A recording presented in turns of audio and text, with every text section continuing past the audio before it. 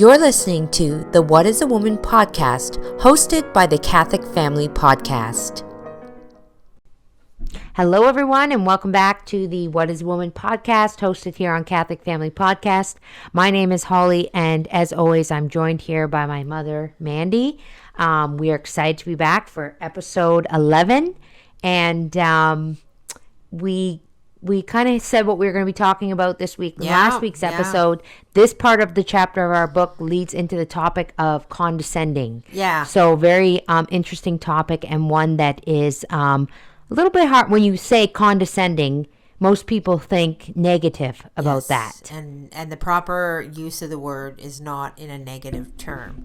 So, and to me, when I was reading ahead in the book, when I saw what we were talking about, because when I learned several years back that we were misusing the word condescending. Yes. Right? And when you think of condescending, what do you think of? When someone condescends you, don't talk down to you. Talk down to somebody. Yeah. Don't you condescend me. Yeah. Right? You're talking down to someone, right? Mm-hmm. There is a proper way to condescend. Right. And the church talks about it quite regularly. Yeah. Well, I was telling my mom before we started, the first time I heard about condescending in the Catholic form was, I just pulled my missal out here. There's a prayer that I read. It's in the New Marian Missal, and it's in the prayers after communion. And if anybody wants the exact prayer, it's on page 676.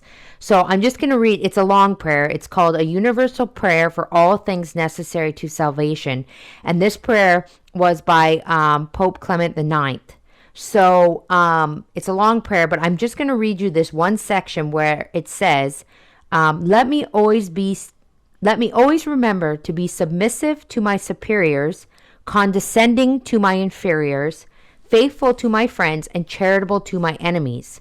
So there you have it right there, condescending to my inferiors. So the prayer, when I first read this prayer for the very first time, I was like, what? I'm supposed to condescend somebody? Yeah. I was so confused. I was like, and I remember going to my mom being like, did you see this prayer in the missal? It's literally saying to condescend somebody.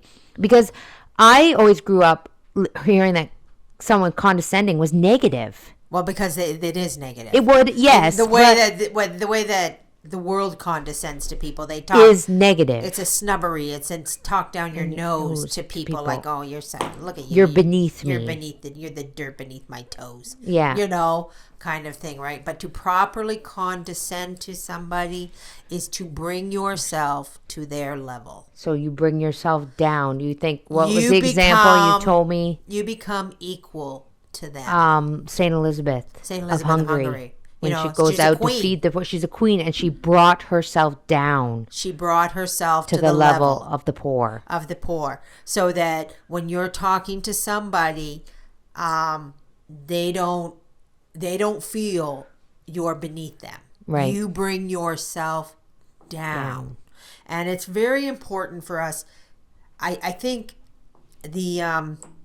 for us to reflect on this, it's imperative that we understand where we sit in the ladder of life, because there is a ladder, right? Right. And society has done its utmost to try and erase that the classes don't. That everybody's equal. Everybody's equal. Everybody's all the same. Everybody's the same. The classes don't exist. Yeah. But they do exist. They do, yeah. Even though the lines have gotten extremely blurry. Yeah. I mean, and you mentioned that the internet has done that. Yeah, I believe the internet has done that, where, you know, when you look back at, and I'm not referencing these people as any moral hierarchy, but just the fame aspect of things, that, you know, you, in order to be famous, you had to actually do something of value. Right. Sing, act, dance, something. Right. And now anybody can create a YouTube channel. Anybody can create a reel or anything, doing anything ridiculous. And they get very famous. Get millions of followers, get very famous, and get a lot of money. Get a lot of money. And it takes these people out of a class That they generally would have just ridden in their whole life. Right. Yeah. You know, so I just use that as one example that the you know,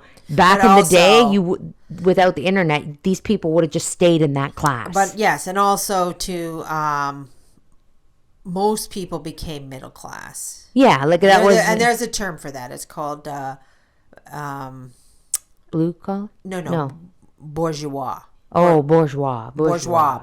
Yeah, right. So of the bourgeois class, the very middle class, it has its pitfalls all its own, right? Yeah. And since the majority of Catholics fall into that class, we should actually look at the pitfalls of that class. Yeah. Right? And because I always refer to it as the white picket fence syndrome. Yeah. Right? Like the leave it to beaver. You know what's ideology, funny? You know? I just got to say, you know, you always said the white picket fence syndrome, okay? I've always said that. My mom said that the whole time we were growing up. The grass is not greener on the other side. You know, the white picket fence syndrome. She always told us that. And there was this, we had these friends growing up. They were good Catholic friends, and we would go to their house all the time.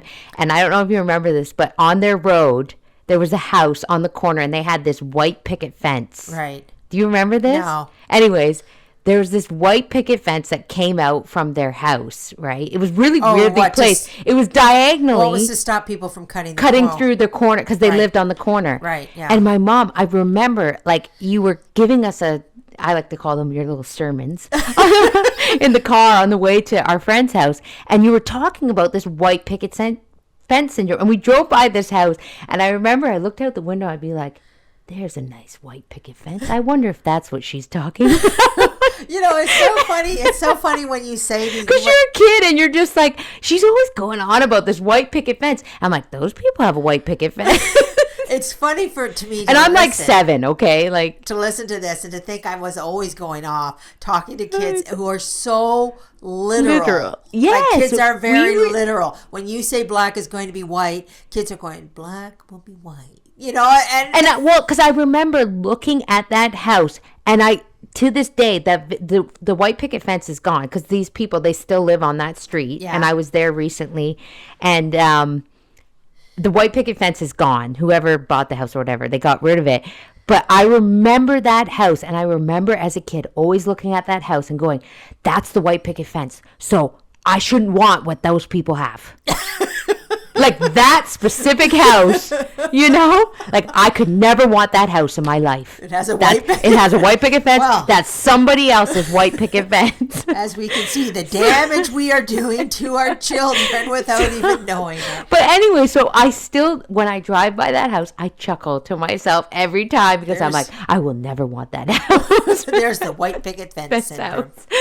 The white picket fence syndrome is believing that you are entitled to It's a little more deep than that house on that street. And believing that you're entitled to have everything perfect in your life. And this, you know, the wife. And looking at those people, looking at certain people and thinking that they have it all together and that everything is perfect and wonderful. You don't know what is going on behind closed doors. What lays beneath the surface. You don't know what lays beneath the surface. Just because somebody's life looks put together, looks perfect, or looks, Right. You don't know. But anyway, so if we get back to this the classes, right? Like, I mean, you'll see that politicians don't generally hang out with factory workers. No. Right? So there's a lot of things that determine your status and your class in life. Right. You know, where you're born, the family you're born into. Right. Has a lot to play into that, right? Mm-hmm. Like, I mean, if you're born into, you know, the upper crust, like any kind of royalty or any kind of even the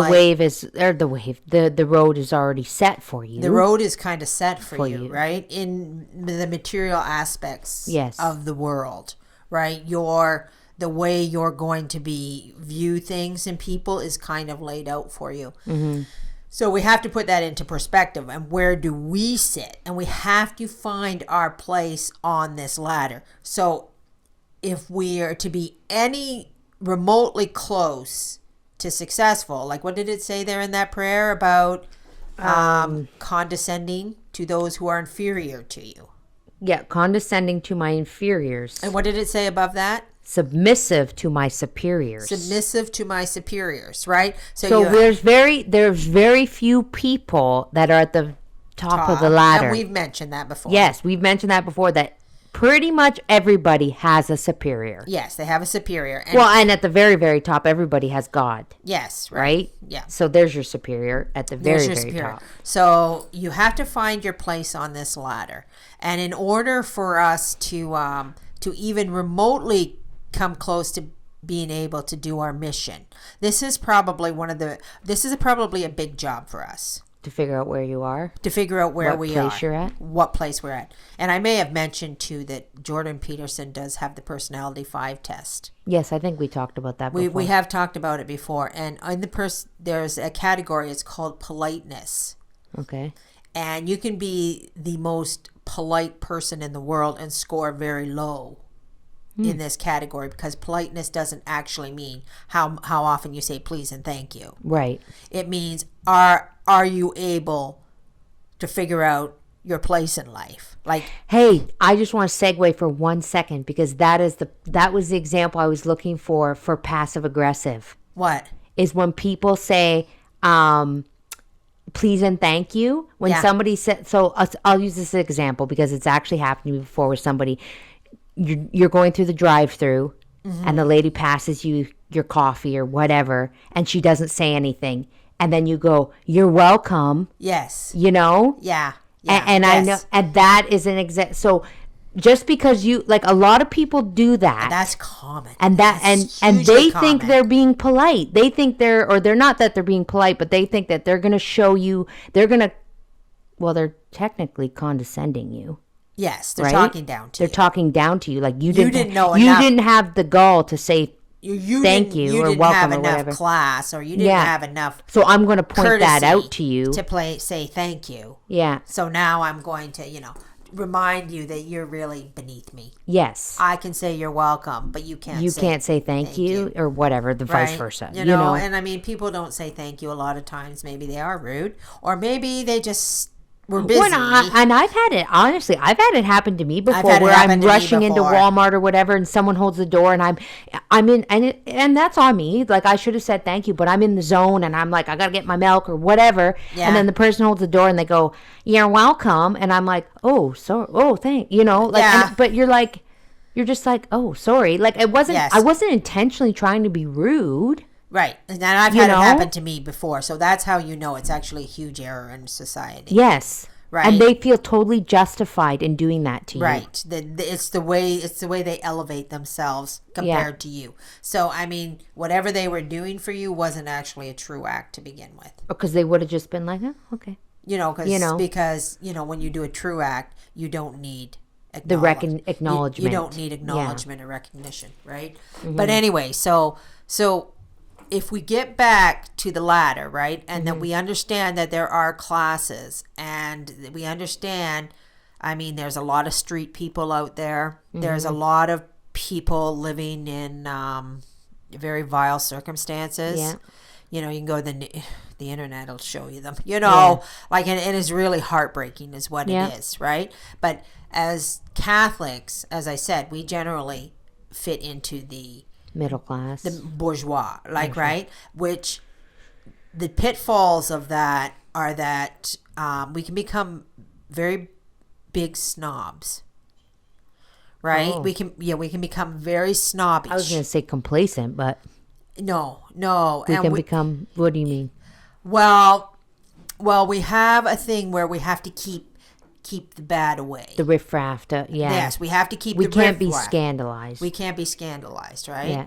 I mean, and we are going to talk about scandal in a minute, because it also plays a very, very, very important part into condescending in our ability to fulfill this mission. Okay. But I mean, first of all, I think before we get into scandalizing or anything, we should read the first part of our book, and we can see why this is talking about condescending. Okay, so this is, we're on chapter 5 here.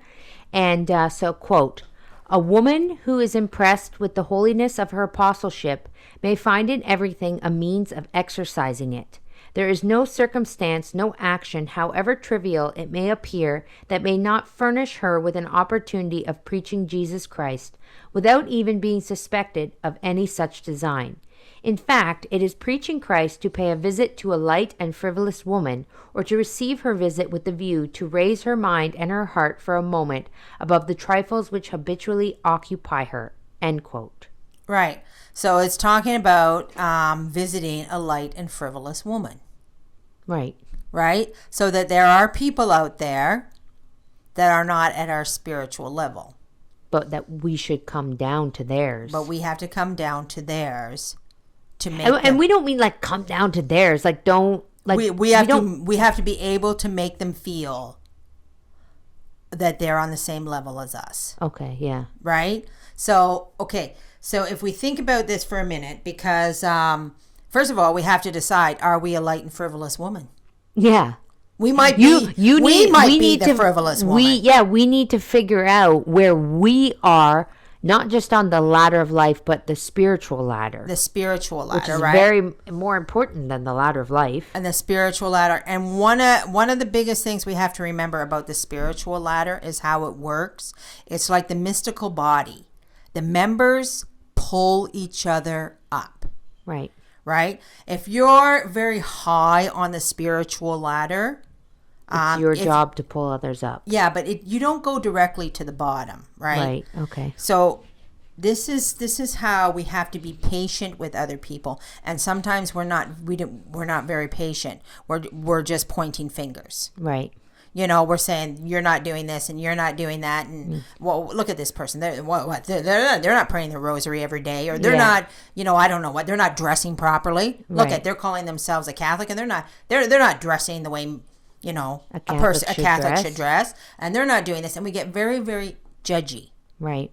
Right. Instead of allowing people to be in the spiritual place that they are, until grace moves them farther up. Right. And you know what? I think this is extremely prevalent in today's world, when there are so many people out there looking for the truth. And they don't know what that means yet. They don't know. And and, you know, you can't, you know, when somebody, especially with like, I'll just use a new convert as an example. It is going to take this person some time. Yes. To get to a spiritual level that, say, somebody has been on Catholic from birth. Yeah, or myself for 30 years. Or, you know, or because I'm going to tell you, the very, very first time I walked into a traditional church, I was going to church, so I said... Weren't you wearing a mini skirt or something? I was wearing a skirt. A skirt. That's what it was. Short skirt. Yeah. And I thought I was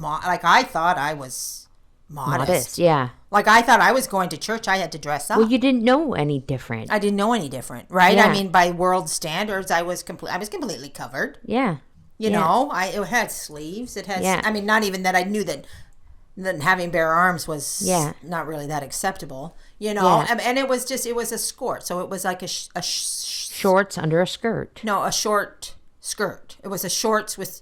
It was shorts, but it was skirt. Okay, yeah. I mean, they you have them if women golf. Yeah, that's what you wear. Sport, yeah. But this was a one-piece outfit, and it had flowers on it. It was very pretty, and I thought, I'm sure you looked lovely. Mom. I thought I looked like the best, you know. And I was going to church, and that was just wonderful. And I try to tell people, you know, listen, I've been here 30 years. Yeah. I didn't walk in the door like this. Yeah. You know, I walked in the door with a score on. You know? Well, that's not even. I was 27. You know, we get people. You get people in the church all the time that just come in off the street and they go, "What's this? What's going on?" And I tell the kids, because the kids will tell me, "Oh, there was a girl at church in pants today," and they get very like, "What do we do?" I'm like, "Just relax." They don't know. They don't know. They don't know what they just walked into. You have to give people a minute. More than a minute. No, and I'm saying that lightly. Yeah. And I just tell the kids, they don't know. And you people, have to, and what kills me is you're not going to convince that person in 1 second. And by going, these are the rules, da, da, da, da. You know, like you have to show a little bit of kindness and charity and warmth and they have to come to the conclusion on their own. On their own. You can't force it on them. Right. You know? And of course, like, you know, we're living in this world of, it's tattoo crazy. Yeah. Right. And piercing crazy. So if you're out there and you're a lost soul somewhere and then all of a sudden you find, and you're all tattooed up and you're you know, like, I mean, you can't undo that. You can't, and I know, well, like, I mean, put on a long sleeve then, I guess. Like, but you can't judge people. You can't be judgmental towards that people. person. Like, everybody has a right to go to church and everybody has a right to save their soul. And unfortunately, you know, they just didn't all step out and leave it to Beaver. In fact, there's very few people out there. Yeah. Now. Like, I mean, back 30 years ago, I mean, I don't have any tattoos, and I didn't have ridiculous piercings, but I mean, it really wasn't the thing 30 years ago. But it is now. So maybe 30 years ago, if it, you know, maybe I would have had a bunch of tattoos if I was coming in right now, or, you know, I would have. And I'm going to tell you one thing. I'm just going to say, and this is, I don't have tattoos, but this is speaking from, you know, my husband has a tattoo. Yeah. Okay, on the back of his leg. He regrets that thing every day of his life. Yeah. Okay? And it's so dumb. It says Jimmy Jam. Yeah. You know? And it's just, that was his nickname in high school, and he thought he was being cool. And he's like, you know, so if you're going to shame that person, they already feel it, okay? You know? He already regrets that thing. And I mean, I'm not speaking for everybody, but what I'm saying is, if a person has come to the true Catholic faith and they genuinely want to save their soul, and they're like, you know, I made a lot of mistakes in my life, I've made a lot of mistakes.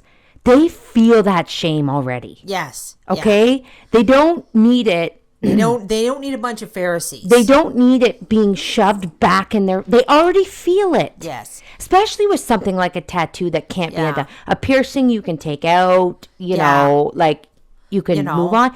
But those things can't. I mean, with a lot of money, I think maybe you could remove them. Yeah. I don't know. But anyways, I'm just saying. Some people have them extreme. And I'm just saying. So if they're really genuinely there and they want to find God and they want to save their soul, they already feel the shame. Yeah. I can guarantee you, as somebody who left the faith and came back and made a lot of mistakes, I felt a lot of shame. Yeah.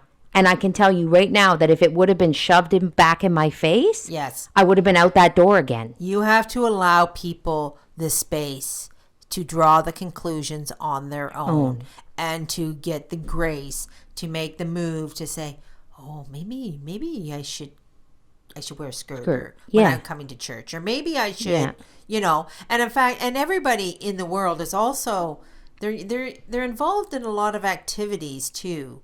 Yeah. That generally traditional Catholics don't generally participate in. And that doesn't mean some still do, right? Like I mean, I'm just thinking of a lot of things off the top of my head that people don't actually.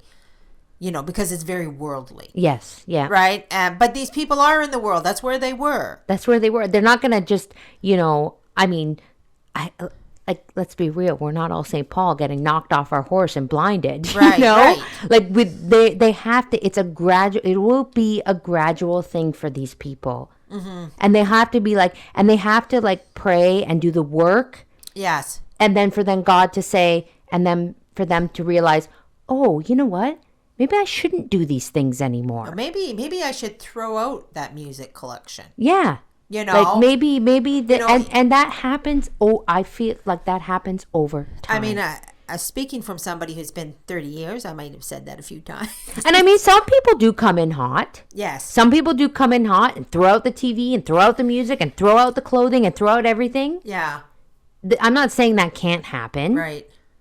But generally people and you push them away because let's get back to the spiritual ladder. Okay, so say, you know, when I say very high on the spiritual ladder, I don't mean you're holy.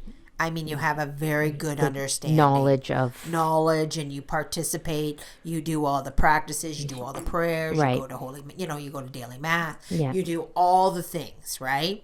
Yeah. So you're very high. A person coming in is not generally very attracted to that person.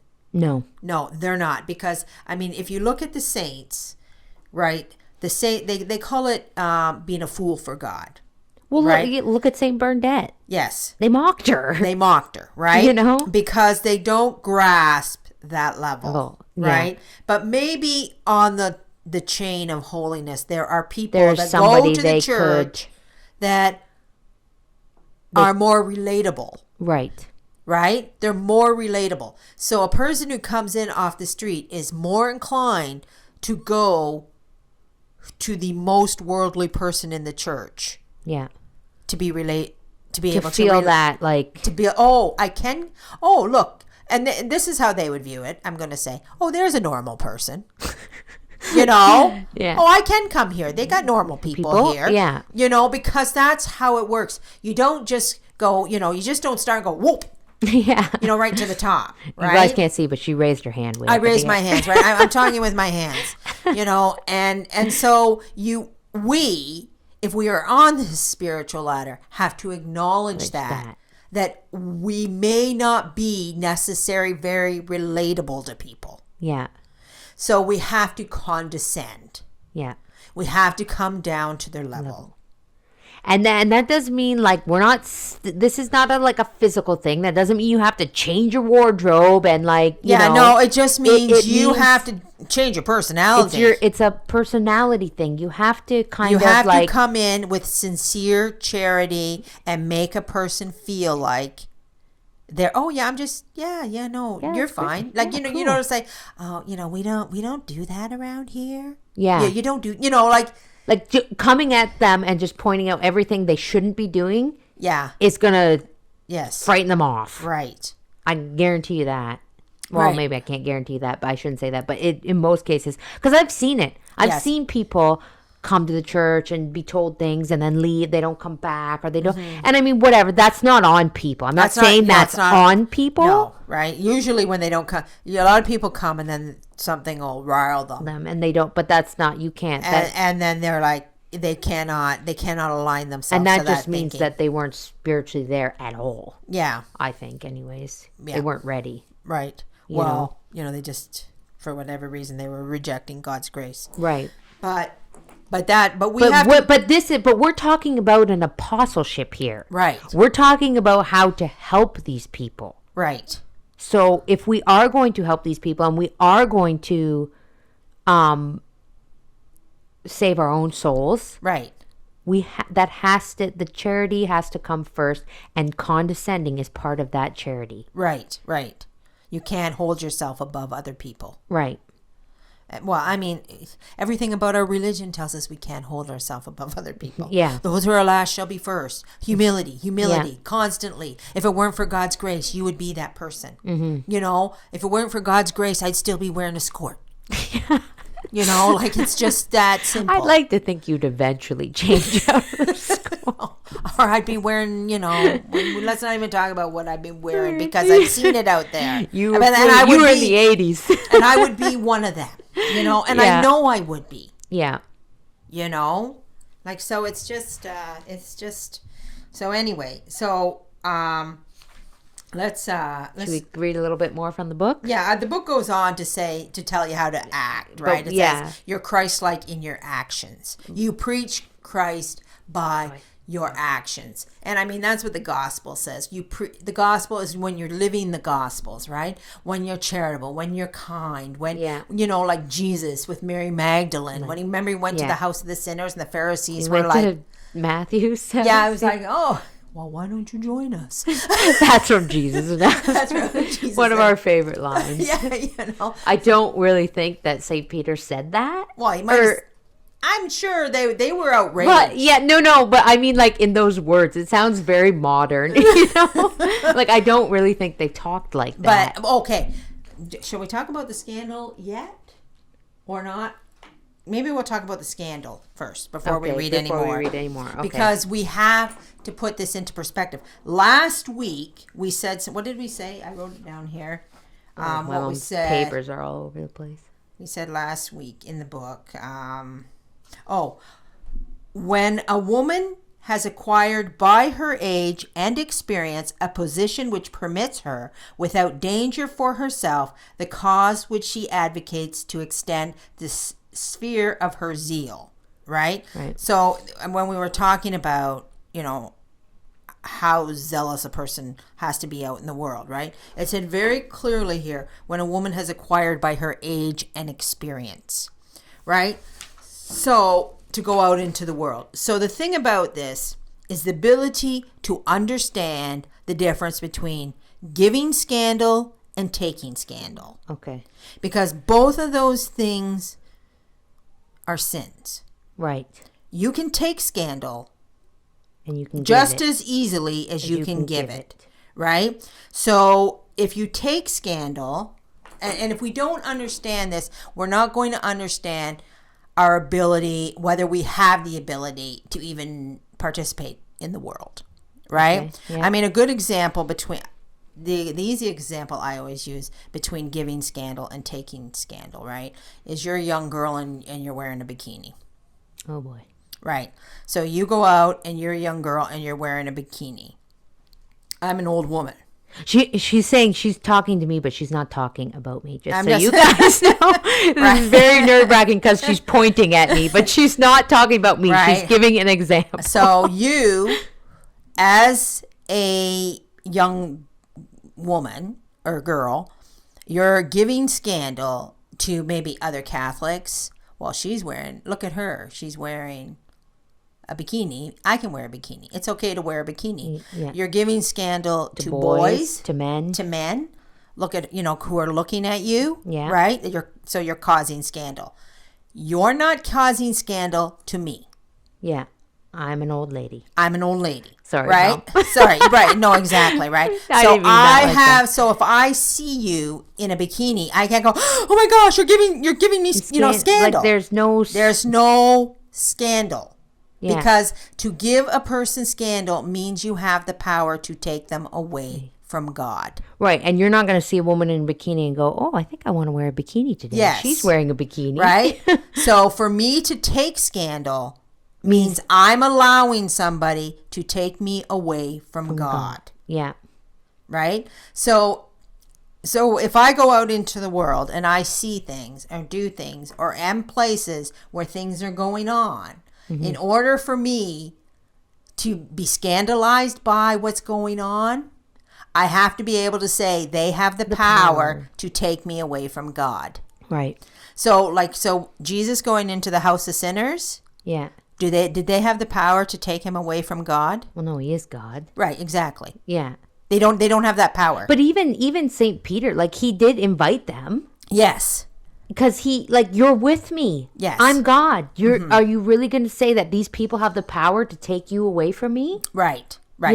Yes. And also here's another example, just a smaller example. Okay. You're 22 years old. So you're going to go out and apostatize and you're going to go to the bar. And to do my apostleship? Yes. It's not going to go well. It's not going to go well, right? First of all, those people do not want to hear what you have to say. I can guarantee you that. But also, too, that is going to be a place of sin for you. You're 22. Yeah, it's going to be a place of sin for you. Yeah. Right? I mean, I wouldn't go to a bar either because it'd give me a headache. Yeah. But, I mean, and nobody would care. You're right. No one would care. No one would care that I'm there. But a bar does not have the power to scandalize me. Yes. It doesn't have, whatever they're doing. Yeah. And, we've all seen pictures on the internet, or maybe we haven't all seen pictures on the internet, but, of things that go on. That doesn't have the power over me. Now, we're not saying go to a bar. No. And you'll be fine. That's not what we're saying. No. We're just saying that the difference between what it is to give scandal and what it is to take scandal. Because when you take scandal, where something is not scandalous to you, that's a sin. And I mean, I feel personally in today's world, we have to get really good and not taking scandal. Because let's be realistic here for a minute. This is not just like, I don't go to a bar. No. But I do go to Walmart. You do go to Walmart, right. And you know what? There's a lot of things at Walmart. Yes. That you shouldn't see. Right. We are. But I have to go get my milk and my eggs. Right. And and there's a lot of women walking around in yoga pants. Yes. So you're going to have to guard yourself, and you have to learn not to take scandal. But of course you have to be at a certain spiritual level. So when it says here in our book, the woman of age and experience is in a position, that means she's usually developed the ability to not take scandal. Yeah. By scandalous actions. Yeah. Right? So for me to be horrified at, I can't, look what's going on. I can't be here. Yeah. Right? Well, what I'm saying is this has the power to take me away from God. Yeah. Right? Yeah. And if it literally does have that power, then I cannot be there. Right. I cannot be there. And I mean, it's scary. I know it's scary for us mothers. A lot of us have little boys that are growing into teenagers, and the fashions of the world. It's a scary place to take your kids out into public. Right. Period. Right. Period. Yes. So we have to instill in our children from the get-go, I think. Yeah. How not to take the scandal. How not to take the scandal. You have to be above the scandal. You have to be above it. You have to live in a world where the fashions are immoral, and the people are immoral, and the music is immoral, and everything is immoral. The entertainment is immoral. Is immoral. It's on every billboard. It's in your face blatantly day after day. Mm-hmm. But we have to go out. We have to get our groceries. We have to go to work. We have to, And as Catholics, we have to be able not to give scandal. So we have to be, we have to be a good example. Mm-hmm. But we cannot take scandal. Yeah. And we have to teach our children not to take it either. Right. Right? And how is this done? Because let's be clear, this is the stuff of saints. Yeah. It's the stuff of saints. So how you're going to learn how to do this is prayer and sacrifice. Prayer and sacrifice. I've had moments with my daughter when she was younger and seeing girls in tube tops, and she's going, "Mom, look at that." And I just say, we just let's pray for those people. Let's just pray for those people. They don't know what they're doing. Yeah. And just turn away. You gotta not make such a big deal out of it. I think. Right. And you also a simple, let's say a prayer for those people and let's move on. And the focus is developing the relationship with your children with God. Not what's going on in the world. Yes, because you have to develop that strong relationship with God. So as they grow, hopefully the relationship gets stronger. Yeah. Because instead of what generally happens is as children grow, they become more and more enticed by the world. Yes. It's they want ready to swallow them whole. They want the things. They've been denied a cell phone. They've been denied screen times. They've been denied all the things that the rest of the world has. And if they haven't got a strong devotion to God, they will fall for everything. They will fall for everything. So, as a parent, you have to really focus on not so much what's going on in the world, and you can't keep them isolated from that. That's what most people people who are doing that, they have to tell the kids what's going on.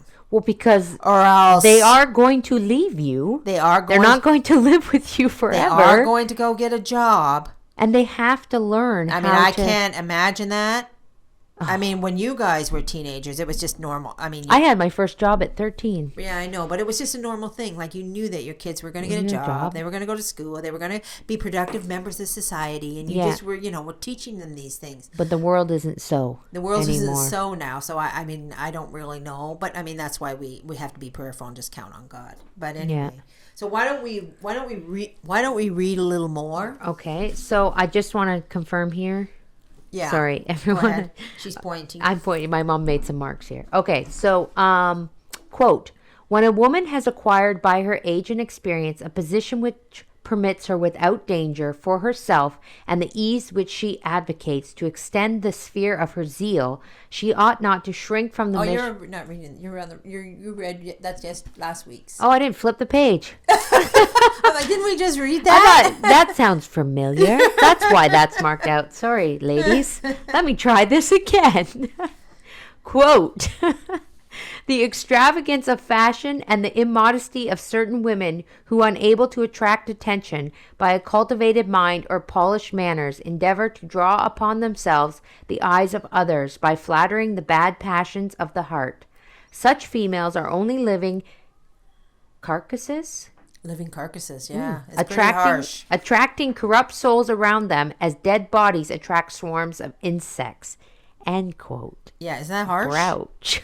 Grouch, yes, it's right. So they're talking about a frivolous woman there. That's why I wanted to read that. Attracting carcasses. What did she say? Corrupting souls around them as dead bodies attract swarms of insects. Let that sink in for a minute. Yeah, so I mean, so they're talking about a frivolous woman. That's what that is. A frivolous woman. So I mean, we have to say to ourselves, living carcasses. Living carcasses. So we have to say to ourselves, like, this is the one thing that we have to figure out. Do I want to be a living carcass? Am I a frivolous woman? Yeah. Where am I on this ladder? Yeah. Right? Who's above me? Who's below me? Yeah. You know, who do I have to submit to? Who do I have to condescend to? And if I'm at the bottom of it spiritually, you know, there's not, like, if you're at the bottom of it spiritually, you're not going to be able to bring anyone to sanctity because you're not holy yourself, right? Right. But if you're, and I'm going to assume that if people are taking the effort to listen to us in this podcast, mm-hmm. that they're already they're moving up the ladder. They're going up. They want to know how we'll make them holy as possible. Well, I mean, that's what this whole book is about. Right. That's why we're doing this, you know? If you're not, if you shake it off, if you shake us up, like, and I mean, we don't. And that's fine. You can shake us off. We're not the end all be all to everything. We know we don't have all the answers. But I mean, anybody who's listening wants to know. Yeah. Right. So I mean, I'm assuming that we don't have frivolous women listening to our podcast. Right? So anyway, so let's read on there. Number 3. Okay. Quote, "It is preaching Christ to extend a helping hand to a desponding female, to cast a look of tenderness and sympathy upon a frail being who implores your protection. It is preaching Christ to let others see that you belong not to yourself, but entirely to your neighbor, and that you are devoted to his interests and always ready to serve him." End quote. See, you belong entirely to your neighbor. Yeah. That, I mean, people, I think the biggest thing, because I remember, you know, looking back at things and that, we tend to look at our neighbor as, you're not pleasing God. Mm-hmm. Right? And we have to kind of put that thought out of our head. Right. You know, I mean, how, for myself personally, I lived many years not pleasing God. Yeah. At all. Yeah. Right? So, in order for us to condescend, we have to remove the notion and be all strung out that people are not pleasing God. Well, it says right there, show them a tenderness. Yes. Where did it say that? A tenderness and sympathy upon a frail being. Yes. So don't, like it says right there, tenderness. Yes. And sympathy. Warmth, sympathy, like, you know, like, Condescend. Come down. Don't make remarks about their clothing. That's not pleasing to God. What you're doing is not pleasing to God. Don't do that. It's not going to work. It's not going to work. It doesn't make you Christ-like, and it doesn't elevate anybody, right? Yeah. They have to see in you a genuine tenderness and sympathy. Yeah. You know, if they do things that, you know, I'm trying to think, you know, aside from maybe most people don't really like women working outside the home. Mm-hmm. You know, like if they work, don't be all like, oh yeah, working outside the home. That's not where the woman should be. You know, like, they know that. They know. They do it every day. And I mean, there's a million reasons why. Yes. That you don't know. Yes. Why they're working outside the home. You just have to show them every ounce of love and sympathy.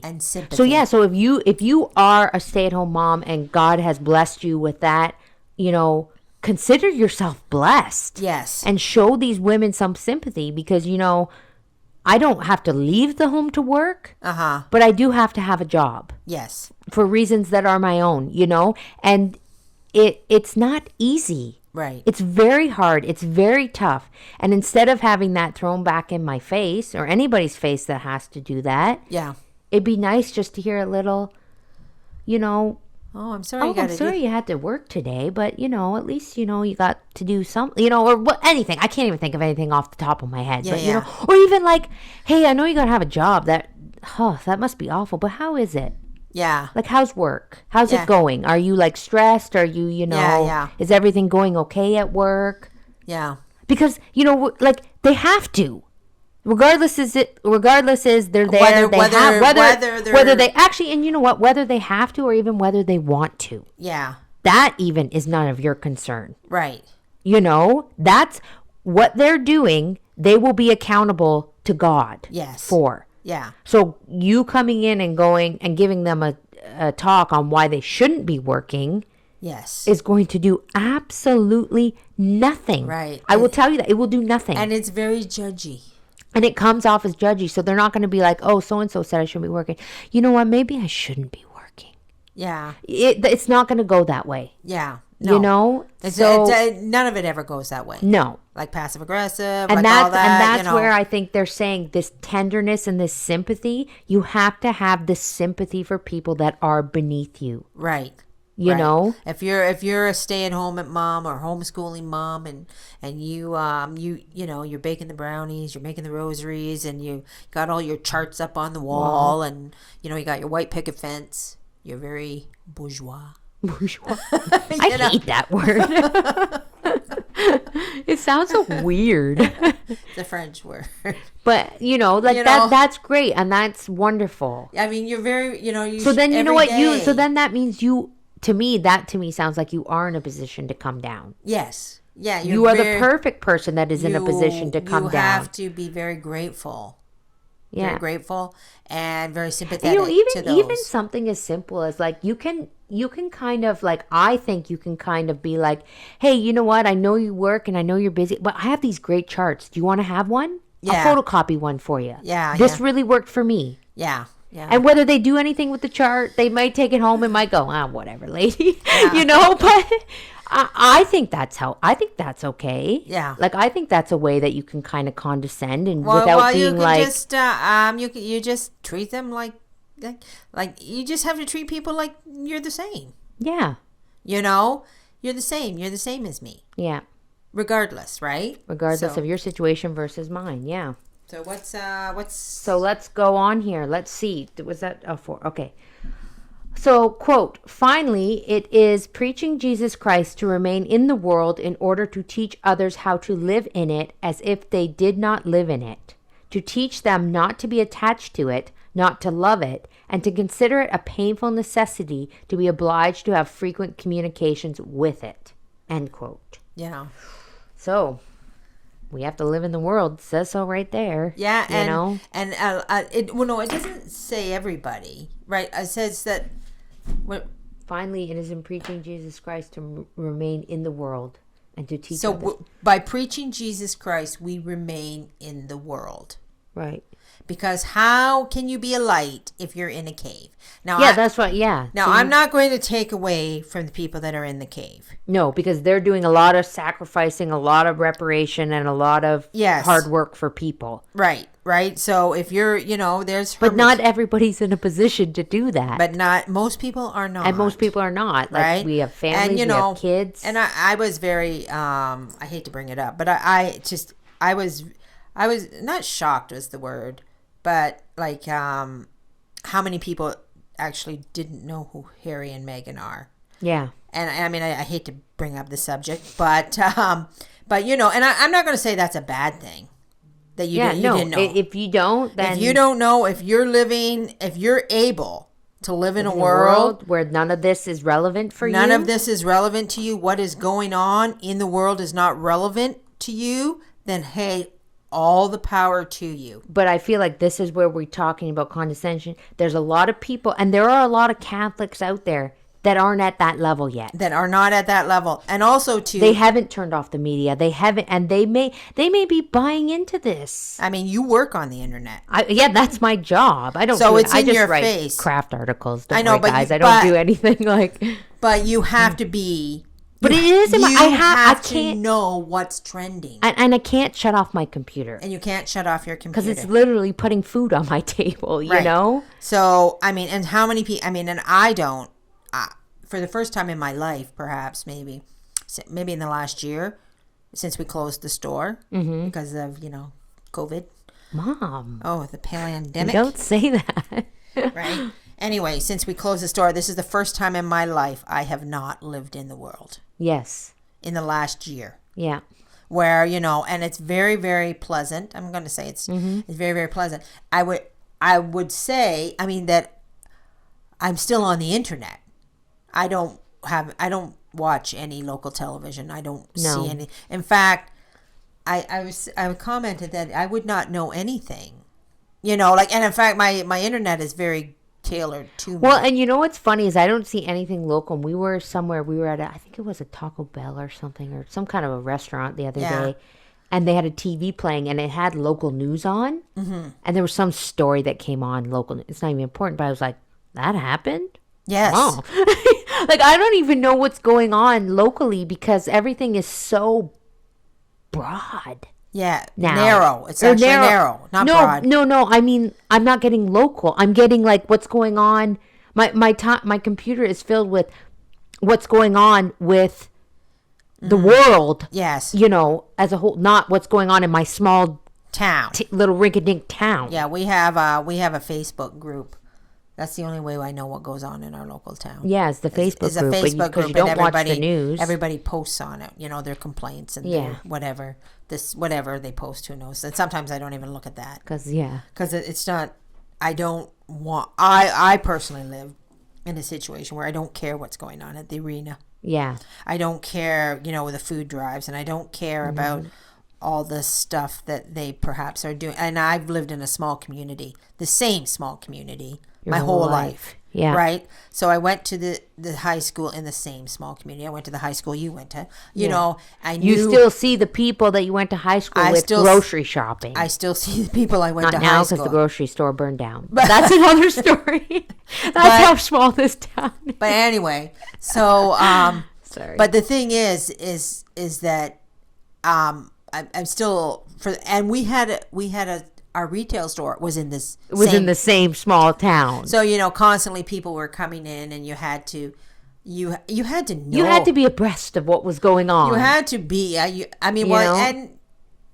I mean, these people. You're running a business. You're running a business, and they're shopping in your store. You have to be kind, and you have to care what they're talking about. The hockey team's having a food drive. Do you want to donate money? And then you're like, oh. And you guys all played minor sports. You're nice. So you're with so parents and you're with, my son always played hockey and, so we were always part of the community. It's only been in the last year that we just walked away. And I mean,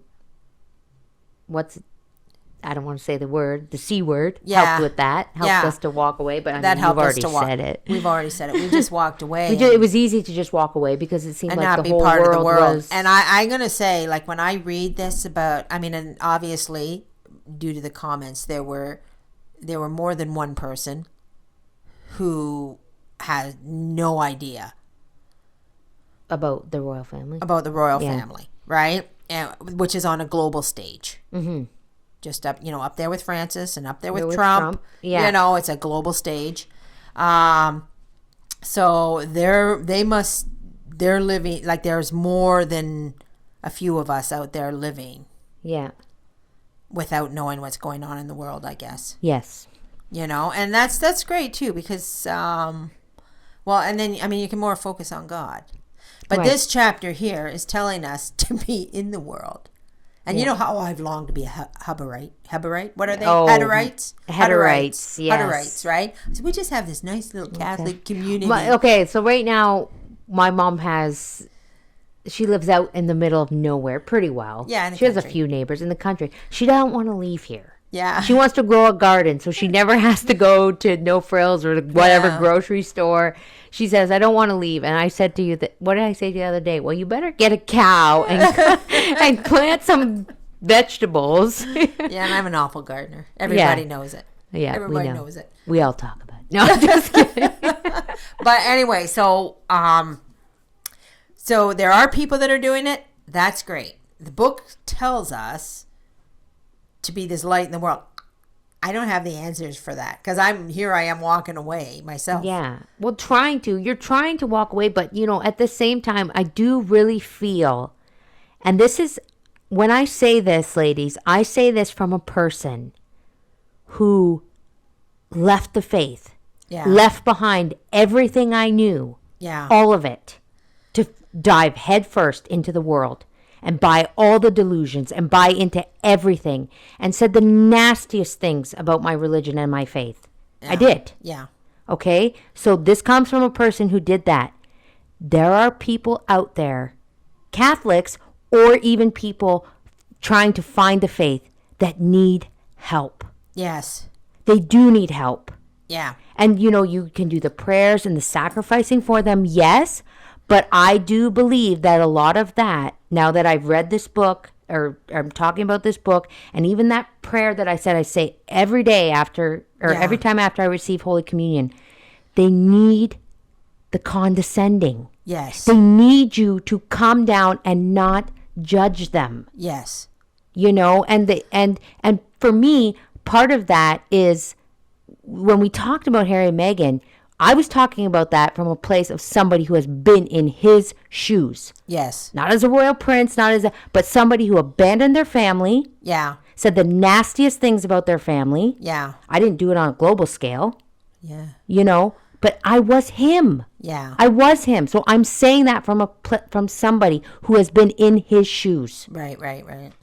And so to see somebody do that, I mean, I don't want to get into it again, but that is where to me, you have to, these people, they need you to come down to them. Right. If you're going to pull them back up the ladder. Right. Right? How do you pull somebody up a ladder? Yes. You don't yell down and go, get up here. Yeah. If you want a physical metaphor. Yeah. When you're on a ladder and somebody's struggling to get up the ladder, what do? Mm-hmm. You go down to them and you grab their hand and you say, hey, I got you. Right. Let's go. Okay, this is an example they used to use at the Chastity Challenge years ago. And I always stuck with me, is that you're standing on a chair. Mm-hmm. Okay? And you're standing on a chair and you got your hand out to pull somebody up onto the chair with you. Is it easy for you to do that, or is it easier for them to pull you off the chair? Yeah, who has more strength? Yeah. Right? And, we know the answer.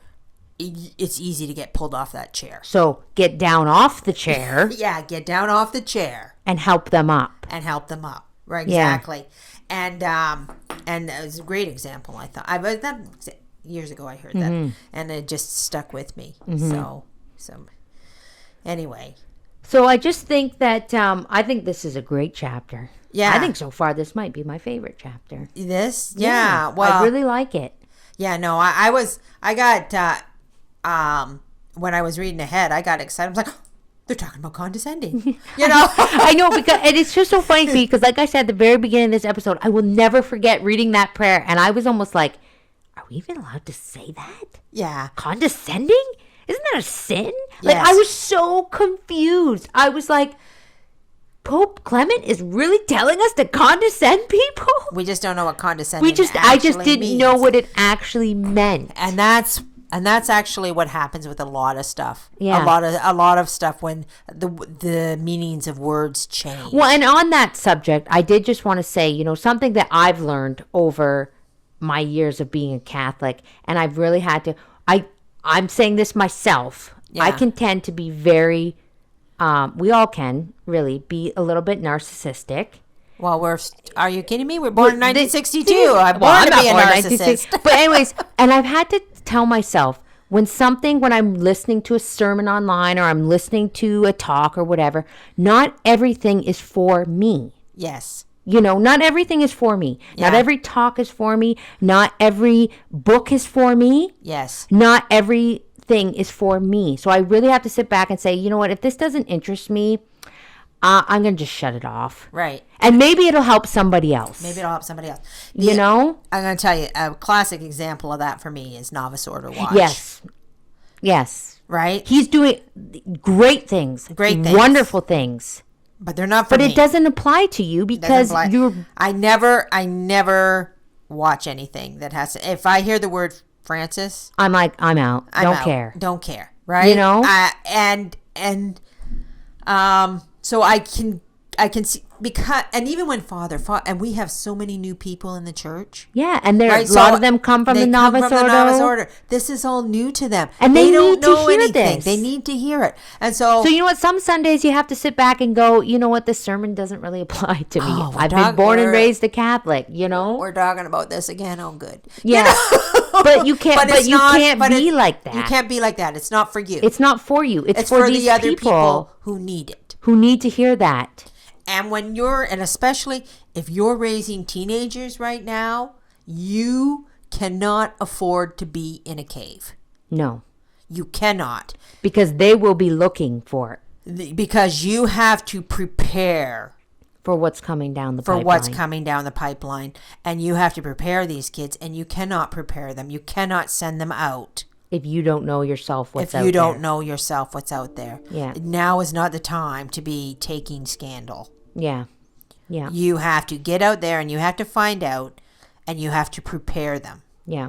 Because if they go cold turkey into this, yeah. I mean, I don't want to say, like, there may be some teenagers out there that will be totally fine. Maybe, but I don't know. Like, I mean, I don't even know. I don't even know how to tell people how to do this. No. I don't even know how to. It was such a different time when we went out into it. All I can say is prayer and sacrifice. Prayer and sacrifice. And be aware. Be aware. Yeah. You know? Yeah. So, but that's all I can say. And then, count on God's grace. Count on his help. Count on his direction. Count on his holy will. You know, I like to say, never take your eye off the prize. Never take your eye. I know I didn't come up with that quote, but if your eyes are fixated on God and you keep them, and you put in the prayer and the sacrifice and you leave it in His hands and you ask for that guidance. Yeah. What more can you do than that? Not much. Well, we have one last quote here from chapter 5 before we close out this episode. I mean, we're not done chapter 5, but we'll go ahead here. Quote. But that this preaching may bear fruit, it must be exercised with a pure intention and without affection. For pretension, which is so disagreeable in a man, is intolerable in a woman. It should be so natural as not to be remarked by those to whom it is directed, nor even by her from whom it comes. This unconsciousness, however, if we may so speak, will not prevent the Christian woman from proposing to herself before acting a serious and lofty end. But after directing her attention, she ought to think only how to please those with whom she finds herself, without intending to preach to them. Otherwise, her conversation would be too formal. Her object would be perceived by others and could not be attained. For nobody likes to be preached to in a drawing room, least of all by a woman who is only expected to be agreeable and kind. End quote. Yeah. So I think that pretty much... Yeah, nobody likes to be preached to by a woman. No.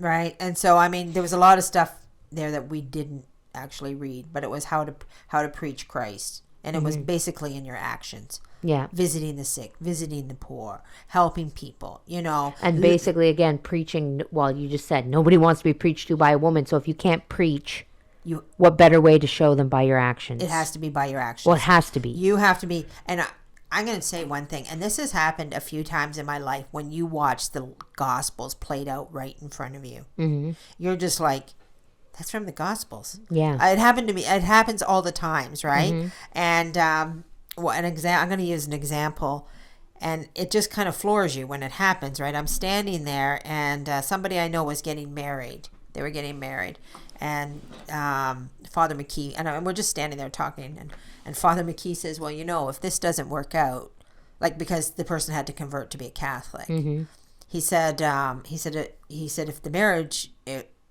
go through with this, if you convert to be a Catholic and the marriage doesn't work out, like that you don't go through with actually getting married, you're still a Catholic. Like you're a Catholic for life. And this fellow said, he said, well, where else would I go? And I was just like, oh my gosh, I just heard the Gospels in real life. And every time I hear the Gospels in real life, somebody does an action or something from the Gospels. Yeah. It just, I love it. I'm just like, oh, I just saw it. I just saw the Gospels in real life. Somebody, and he had no idea that he just said it. Well, yeah, because he's just a new convert, right? Yeah. Well, where else would I go? Well, where else would I go? That's good. So anyway, so we have to be the living examples of the Gospels. And in order to be that, we have to be very familiar with the Gospels. How did Christ act? How did he behave? Yeah. And I'm gonna say this because I've seen this a lot on Facebook. People love to look at that part where Christ overturns the tables at the temple. Yeah. And they always love to be like, we want to know how Christ acts. This is how he acts, and he threw the tables. You know, it's very, very important when you're looking at that part. When he's throwing the tables, he's throwing them at his own people. Yeah. So, that should not be your favorite. Well, and that he's God, and that was righteous anger. It was righteous anger, yeah. But he was always, if you want to look at the Gospels, okay, people, this might hurt a little, but every time Christ is angry in the Gospels, it's always at his own people. Yeah. It's always at his own people. Yeah. Right? And basically, the idea is you're the one that said you were a child of God. Yeah. They didn't actually say that. Yeah. You said it. Yeah. So if you're a child of God, then you have to act accordingly as a child of God acts. Yeah.